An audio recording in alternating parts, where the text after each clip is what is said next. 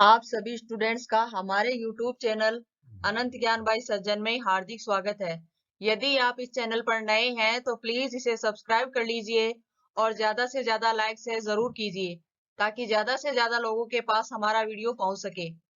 आज हम class 9 Hindi chapter 5 चपला देवी के द्वारा लिखा गया लेखन मैना देवी को भस्म कर दिया उसके बारे में सविस्तृत वर्णन करेंगे। तो सबसे पहले लेखिका का जीवन परिचय जान लेते हैं। द्विवेदी युग की लेखिका चपला देवी के व्यक्तित्व एवं कृतित्व के बारे में जानकारी उपलब्ध नहीं हो पाई। स्वतंत्रता आंदोलन के दौरान पुरुष लेखकों के साथ साथ अनेक महिलाओं ने भी अपने अपने लेखन से आजादी के आंदोलन को गति दी। उनमें से एक लेखिका चपला देवी भी रही हैं। कई बार अनेक रचनाकार इतिहास में दर्ज होने से रह जाते हैं। चपला देवी भी उन्हीं में से एक है। यह एक ऐतिहासिक सच्चाई है कि सन 1857 की क्रांति के विद्रोही नेता धुंधुपंत नाना साहिब की पुत्री बालिका मेना आजादी की नन्ही सिपाही थी जिसे अंग्रेजों ने जलाकर मार डाला। बालिका मेना के बलिदान की कहानी को चपला देवी ने इस गद्य रचना में प्रस्तुत किया है। यह गद्य रचना जिस शैली में लिखी गई है उसे हम रिपोर्टाज का प्रारंभिक रूप कह सकते हैं। मातृभूमि की स्वतंत्रता और उसकी रक्षा के लिए जिन्होंने अपने प्राण न्यौछावर कर दिए, उनके जीवन का उत्कर्ष हमारे लिए गौरव और सम्मान की बात है। उस गौरवशाली किंतु विस्मृत परंपरा से किशोर पीढ़ी को परिचित कराने के उद्देश्य से इस रचना को हिंदू पंच के बलिदान अंक से लिया गया है। हिंदी गद्य के प्रारंभिक रूप को विद्यार्थी जान पाए इसलिए इस गद्य रचना को मुद्रण और वर्तनी में बिना किसी परिवर्तन के अविकल प्रस्तुत करने का प्रयास किया गया है। अब कहानी शुरू करते हैं। नाना साहिब की पुत्री देवी मेना को भस्म कर दिया गया। सन 1857 ईस्वी के विद्रोही नेता धुंधुपंत नाना साहब कानपुर में असफल होने पर जब भागने लगे तो वे जल्दी में अपनी पुत्री मेना को साथ न ले जा सके।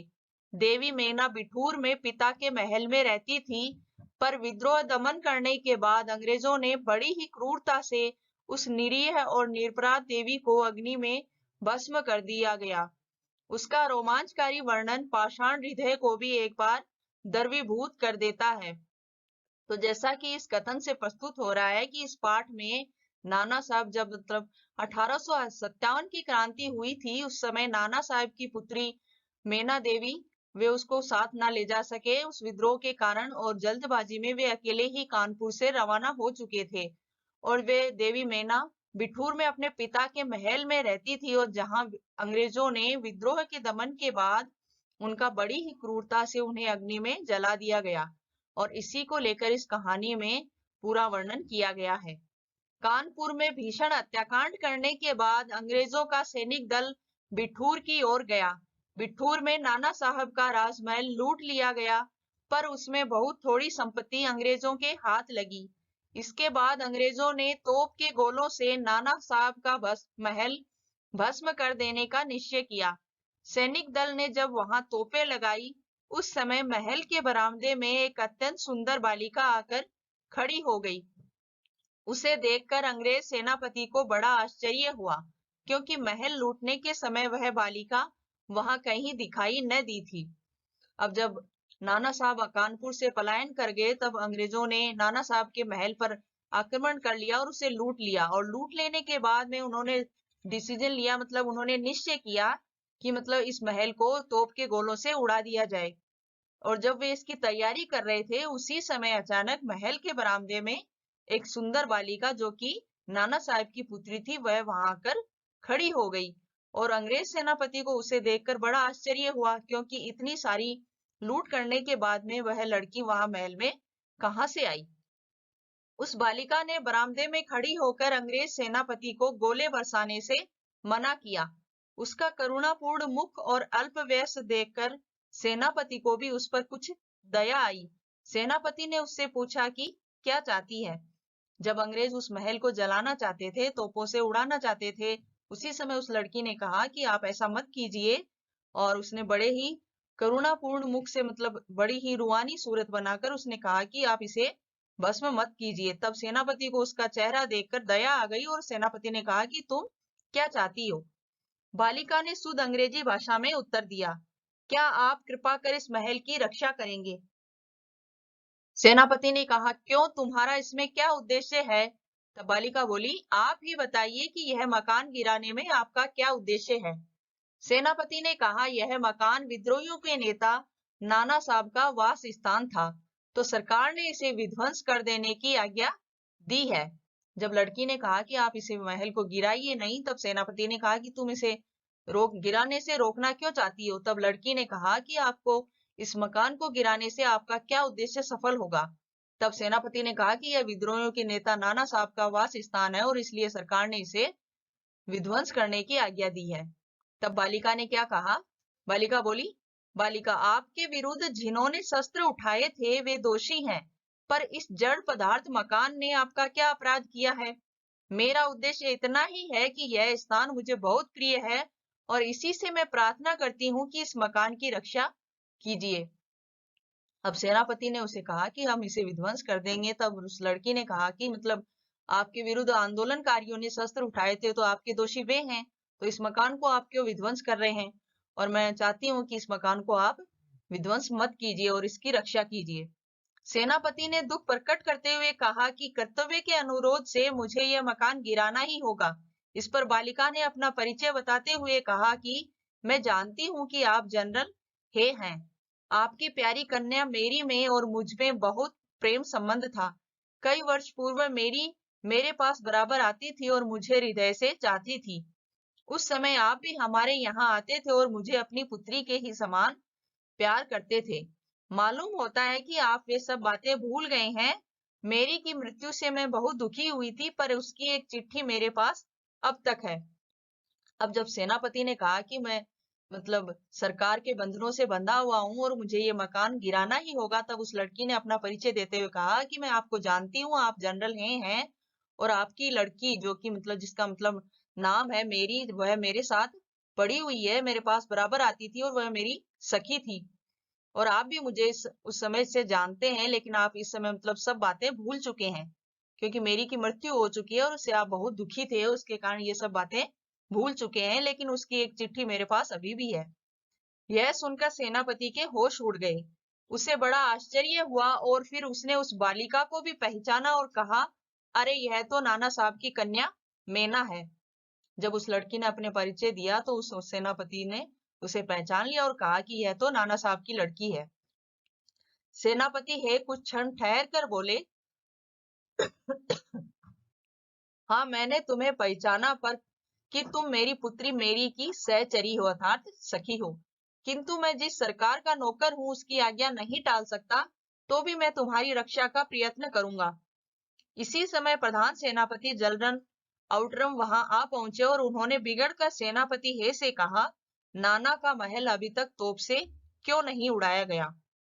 मतलब उस महल की रक्षा करने का विचार विमर्श चल रहा था। इसी समय सेनापति का जो बड़ा जनरल था, वह आउटरम जिसका नाम था, वह आ चुका था और उसने कहा कि अभी तक नाना का महल तोप से क्यों नहीं उड़ाया गया?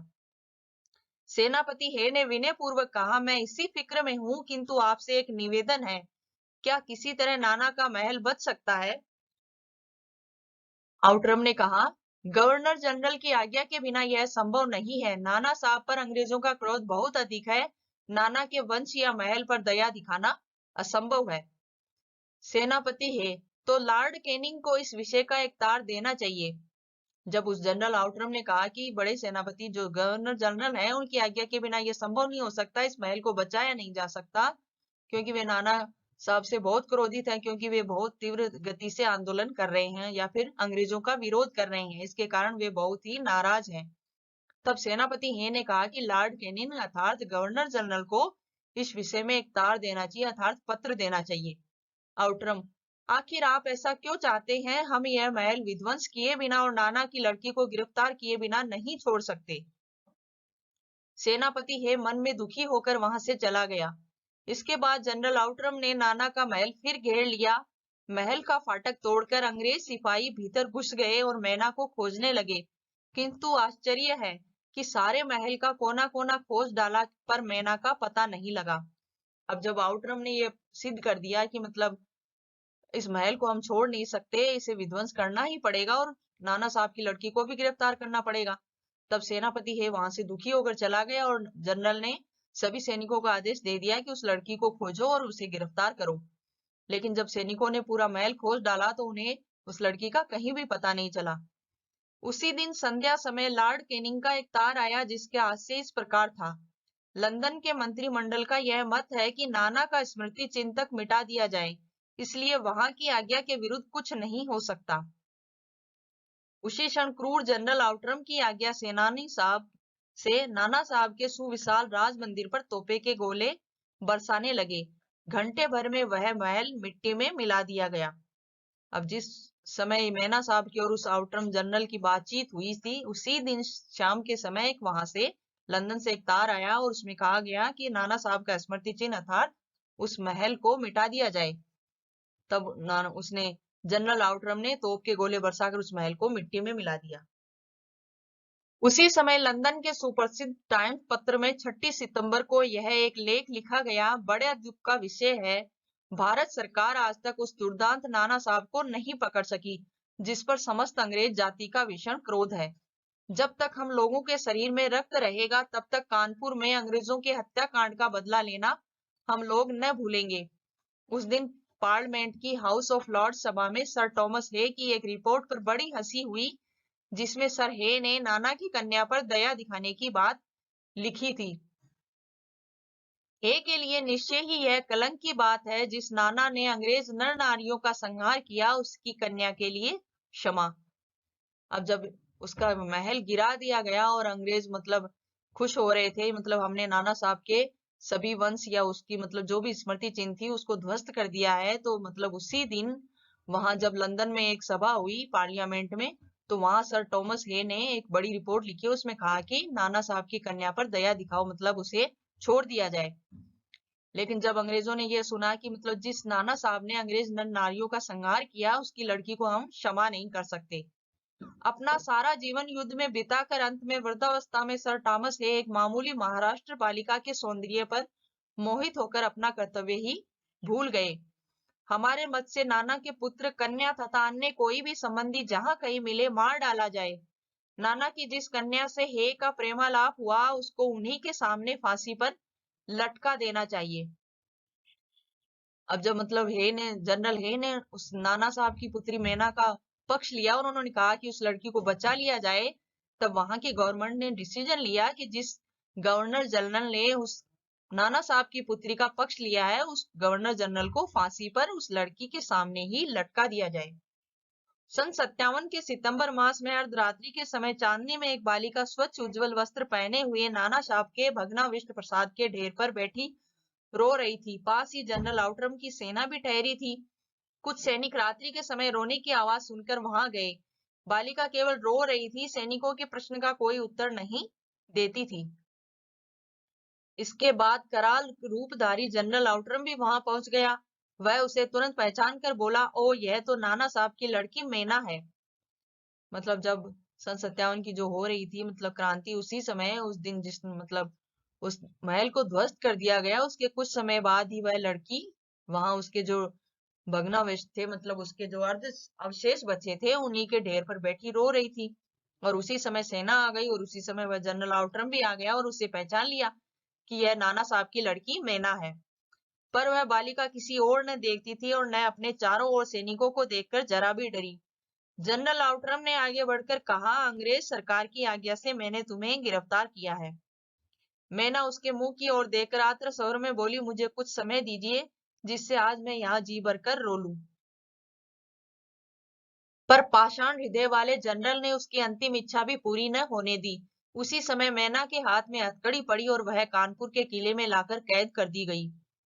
मतलब जब वो नाना साहब की पुत्री मैना देवी थी, वह अपने महल के मतलब जो बचे कुछ अवशेष थे उन पर बैठकर रो रही थी। उसी समय जनरल आउटरम ने गवर्नमेंट के आदेश पर उस मैना देवी को हथकड़ी पहना दी और उसे कानपुर के किले में लाकर कैद कर दिया गया। उसी समय महाराष्ट्रीय इतिहास वेता महादेव चिटनवीस के बाखर पत्र में छपा था, कल कानपुर के किले में एक भीषण हत्याकांड हो गया। नाना साहब की एकमात्र कन्या मेना धधकती हुई आग में जलाकर भस्म कर दी गई। भीषण अग्नि में शांत और सरल मूर्ति उस अनुपमा बालिका को जलती देख सबने उसे देवी समझकर प्रणाम किया। अब नाना साहब पुत्री देवी मेना को भस्म कर दिया गया। उसके प्रश्न अभ्यास। प्रश्न नंबर 1, बालिका मेना ने सेनापति हे को कौन कौन से तर्क देकर महल की रक्षा के लिए प्रेरित किया? इसका उत्तर है, बालिका मेना ने सेनापति हे को महल की रक्षा के लिए निम्नलिखित तर्क दिए। पहला, अंग्रेजों के विरुद्ध शस्त्र उठाने वाले दोषी हो सकते हैं, किंतु यह महल दोषी नहीं है। दूसरा, यह राजमहल उसे बहुत प्रिय है। प्रश्न नंबर 2, मेना जड़ पदार्थ मकान को बचाना चाहती थी, पर अंग्रेज उसे नष्ट करना चाहते थे। क्यों? इसका उत्तर है, मेना जड़ पदार्थ मकान को बचाना चाहती थी क्योंकि मेना उसी मकान में पली बड़ी थी और इसी में उसका बचपन बीता था तथा इस मकान को वह बहुत चाहती थी। पर अंग्रेजों के विरुद्ध हथियार उठाकर अंग्रेजों का नरसंहार करने वाले नाना का महल होने के कारण अंग्रेज उसे नष्ट करना चाहते थे। प्रश्न नंबर 3, सर थॉमस हे के मेना पर दया भाव के क्या कारण थे? इसका उत्तर है, सर थॉमस स्वभाव से ही दयालु रहे होंगे, तभी तो वे उस किशोरी सुंदरी को देखते ही ठहर गए और उसके जीवन में रुचि लेने लगे। दूसरा कारण यह रहा होगा कि वे मेना को पहचान गए। मेना उनकी मृत बेटी मेरी की बचपन की सखी थी। तब हे उनके घर भी आया करते थे। इन बातों ने हे के दिल में मेना के प्रति ममता जगा दी। तीसरे, मेना ने स्वयं अपनी करुणापूर्ण बातों से हे के मन में करुणा जगा दी। प्रश्न नंबर 4, मेना की अंतिम इच्छा थी कि वह उस प्रसाद के ढेर पर बैठकर जी भरकर रो ले, लेकिन पाषाण हृदय वाले जनरल ने किस भय से उसकी इच्छा पूर्ण न होने दी? इसका उत्तर है, जनरल आउटरम ने भग्नाविष्ट राज प्रसाद पर जी भर रो लेने संबंधी मेना की इच्छा इसलिए नहीं पूरी होने दी क्योंकि वह अंग्रेज सरकार का जनरल था और वह अंग्रेज सरकार के प्रति कुछ ज्यादा ही वफादारी दिखा रहा था। दूसरा है, मेना के प्रति सहानुभूति दिखाने पर उसे अंग्रेज सरकार दंडित कर सकती थी। तीसरा है, मेना को छोड़ देने पर कुछ लोग पुनः विद्रोह कर सकते थे। जनरल पाषाण हृदय और असंवेदनशील व्यक्ति था। प्रश्न नंबर 5, बालिका मेना के चरित्र की कौन कौन सी विशेषताएं आप अपनाना चाहेंगे और क्यों? इसका उत्तर है, बालिका मेना के चरित्र की निम्नलिखित विशेषताएं अपनाने योग्य हैं। पहला, निडरता। बालिका मेना निडर बालिका थी। जब सेनापति हे अपने सैनिकों के साथ उसके राजमहल को तोड़ने आया तो उसने निडर होकर उनका सामना किया। उसे अपने पकड़े जाने का डर था, फिर भी वह हे के सामने आई, उसे राजमहल न तोड़ने की प्रार्थना की, तर्क दिए तथा उसके मन में करुणा जगाई। प्रश्न नंबर 6, टाइम्स पत्र ने 6 सितंबर को लिखा था, बड़े दुख का विषय है कि भारत सरकार ने आज तक उसे दरदान नाना साहब को नहीं पकड़ सकी। इस वाक्य में भारत सरकार से क्या आशय है? इसका उत्तर है, इस वाक्य में भारत सरकार से आशय है कि पराधीन भारत में ब्रिटिश शासन के निर्देश पर चढ़ने वाली वह सरकार जिसे अंग्रेज अधिकारी चलाते थे और भारतीयों पर अत्याचार पूर्ण व्यवहार करते थे। रचना और अभिव्यक्ति। प्रश्न नंबर 7, स्वाधीनता आंदोलन को आगे बढ़ाने में इस प्रकार के लेखन की क्या भूमिका रही होगी? इसका उत्तर है, स्वाधीनता आंदोलन को बढ़ाने में इस प्रकार के लेखों की भूमिका महत्वपूर्ण रही होगी। लोग जब अंग्रेजों के अत्याचारों को पढ़ते होंगे तो उनके विरुद्ध हो जाते होंगे। जब वे मेना जैसी निडर बालिका के निर्मम वध की बात सुनते होंगे तो उनका हृदय करुणा से भर उठता होगा। तब उनका मन त्याग, बलिदान और संघर्ष के लिए तैयार हो जाता होगा। इस प्रकार स्वाधीनता आंदोलन अपनी राह पर बढ़ता जाता होगा। प्रश्न नंबर 8, कल्पना कीजिए कि मेना के बलिदान की यह खबर आपको रेडियो पर प्रस्तुत करनी है। इन सूचनाओं के आधार पर आप एक रेडियो समाचार तैयार करें और कक्षा में भावपूर्ण शैली में पढ़ें। इसका उत्तर है, मेना के बलिदान संबंधी खबर पर आधारित एक रेडियो समाचार कल शाम 7 बजे कानपुर के किले में एक भयानक हत्याकांड हो गया जिससे मानवता कलंकित हो गई है। कायरतापूर्ण कृत्य अंग्रेज सरकार द्वारा किया गया। जैसा कि आप सब जानते होंगे कि कल आधी रात में नाना साहब की कन्या मेना को आउटरम ने उस समय गिरफ्तार कर लिया था जब वह अपने महल के अवशेष पर बैठी विलाप कर रही थी। आउटरम ने इसे गिरफ्तार करने से पहले हृदयहीनता का नमूना पेश किया और मैना को जी भर रोने की अनुमति भी नहीं दी। इससे उसकी इच्छा अधूरी रह गई और हमारे विश्वस्त सूत्रों से पता चला है कि आज रात में योजनाबद्ध ढंग से मैना को धधकती आग में झोंककर मार डाला गया। वहां उपस्थित लोगों ने जलती मैना को देवी मानकर प्रणाम किया। प्रश्न नंबर 9। इस पाठ में रिपोर्टाज के प्रारंभिक रूप की झलक मिलती है, लेकिन आज अखबारों में अधिकांश खबरें रिपोर्टाज की शैली में लिखी जाती हैं। आप कोई दो खबरों को किसी अखबार से काटकर अपनी कॉपी में चिपकाइए तथा कक्षा में पढ़कर सुनाइए। ख है अपने आसपास की किसी घटना का वर्णन रिपोर्टाज शैली में कीजिए। इसका उत्तर है पहला।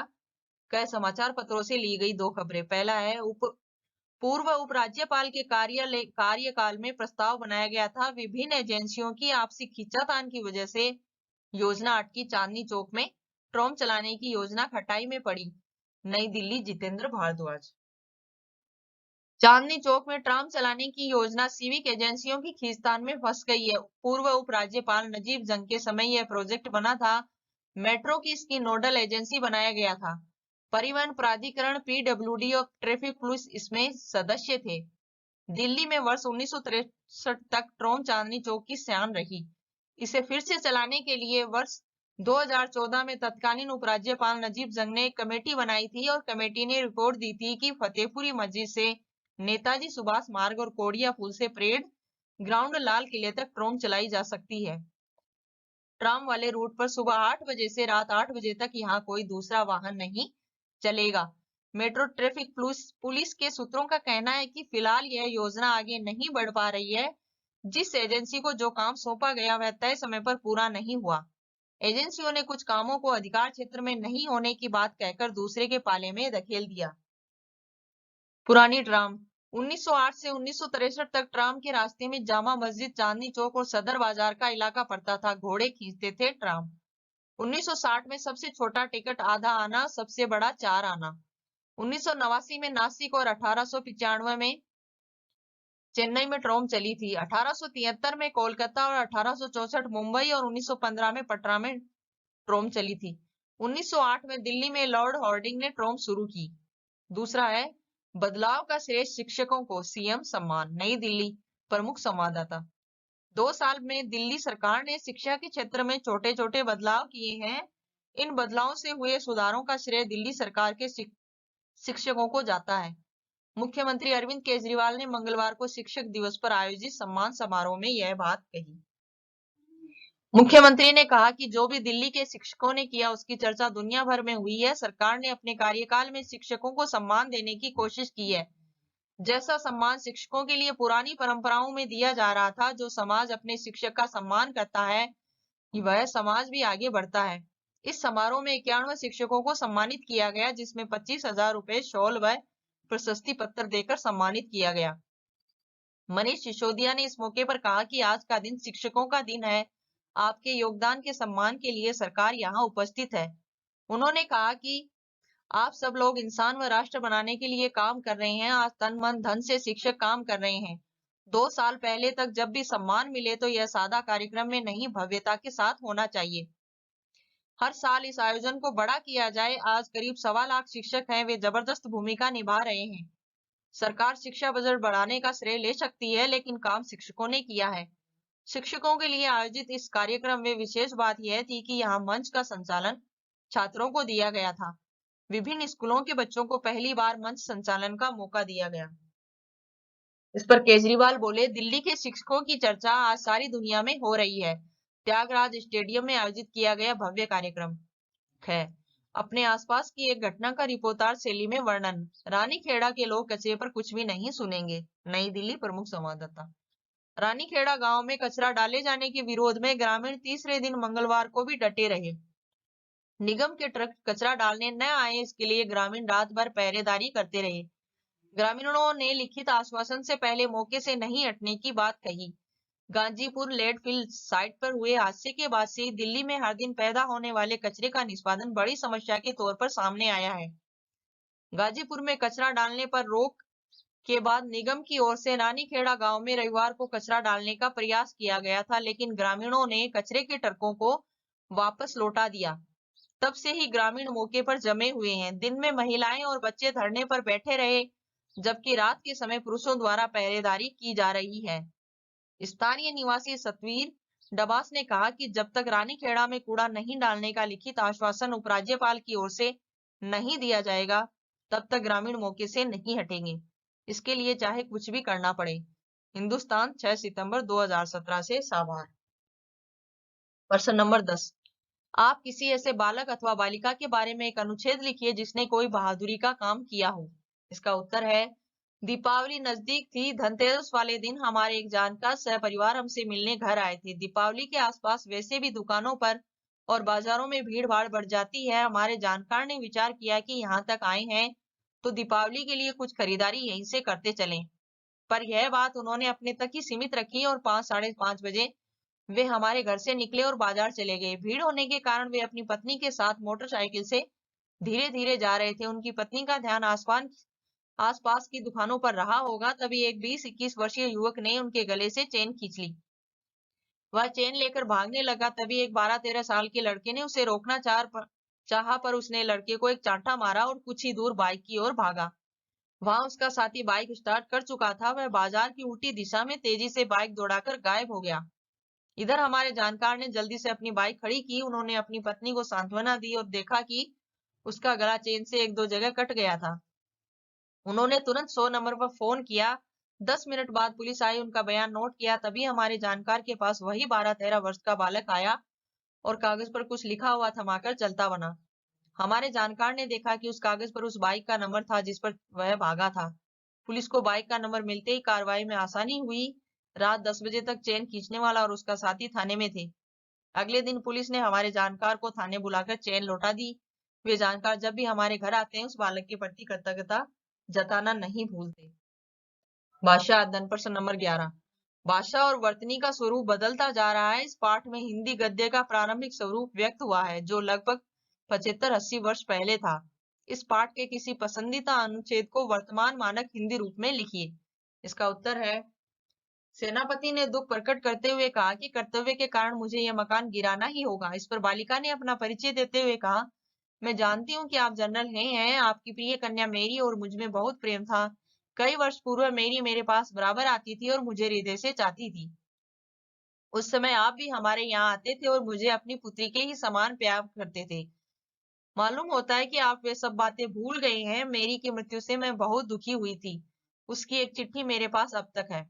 और इसका वर्तमान मानक हिंदी स्वरूप है, उस दिन संध्या समय लॉर्ड केनिंग का एक तार आया जिसका आशय इस प्रकार था, लंदन के मंत्रिमंडल का यह मत है कि नाना का स्मृति चिन्ह तक मिटा दिया जाए, इसलिए वहां की आज्ञा के विरुद्ध कुछ नहीं हो सकता। उसी क्षण क्रूर जनरल आउटरम की आज्ञा से नाना साहब के सुविशाल राज मंदिर पर तोप के गोले बरसने लगे और घंटे भर में वह महल मिट्टी में मिला दिया गया।